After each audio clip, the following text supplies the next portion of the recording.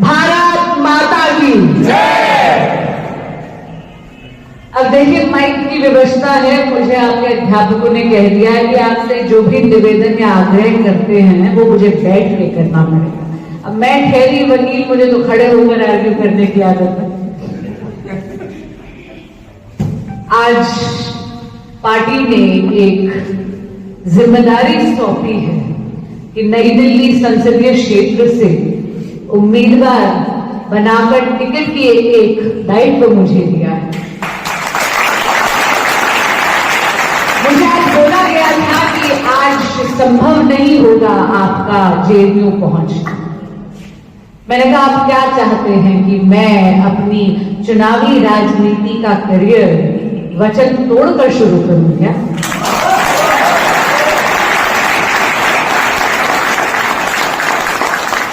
एक व्यक्तिगत बात आपसे साझा करती हूं। मेरी संघ आयु 24 वर्ष की है और मेरे राजनीतिक जीवन की शुरुआत एबीवीपी के कार्यकर्ता के रूप से हुई।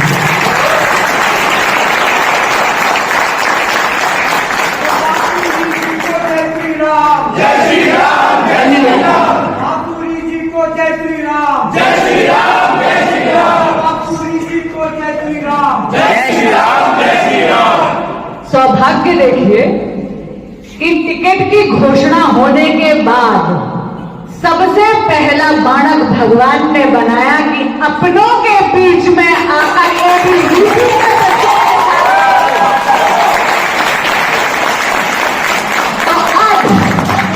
उम्मीदवारी का रास्ता भी एबीवीपी से शुरू हो रहा है।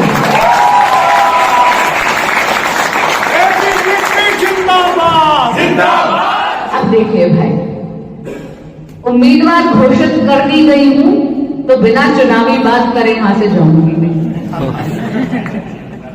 यूसीसी पे जितना ज्ञान बखारना था वो मैंने बखाना। अब मैं आऊंगी असली बात, क्योंकि यहां बैठा एक एक एबीवीपी का बच्चा मुझे अपने आप में एक सामाजिक और राजनीतिक क्रांति दिखता।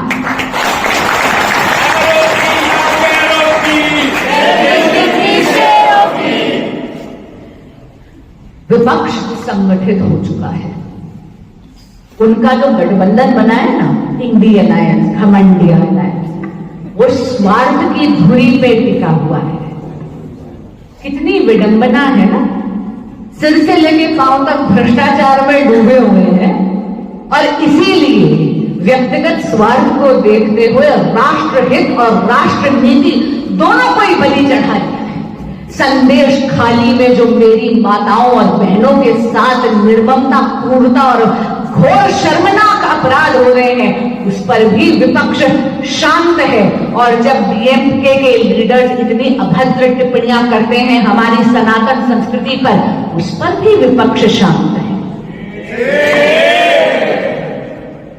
और इसीलिए ऐसी राष्ट्र विरोधी शक्तियों को हमने सक्सीड नहीं होने देना, उन्हें सफल नहीं होने देना। यहां एक बात आयुषी जी ने कहा, उनको डर लगता है देश टूट जाएगा। माफ करिए, ये नया भारत है, ये टूटता नहीं, ये अंदर से मजबूत है। हाँ, उनका हौसला जरूर तोड़ेगा जो इस देश के टुकड़े कर देंगे।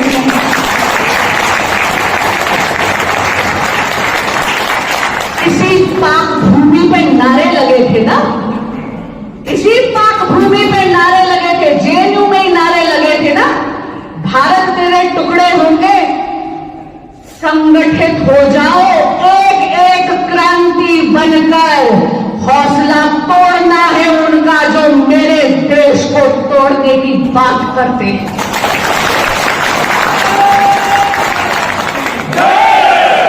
2047 में आजादी की हम शताब्दी मना रहे होंगे। हमारे यशस्वी प्रधानमंत्री श्री नरेंद्र मोदी ने एक सपना देखा है विकसित भारत का। ये विकसित भारत मेरे देश की युवा शक्ति के बिना अधूरा है और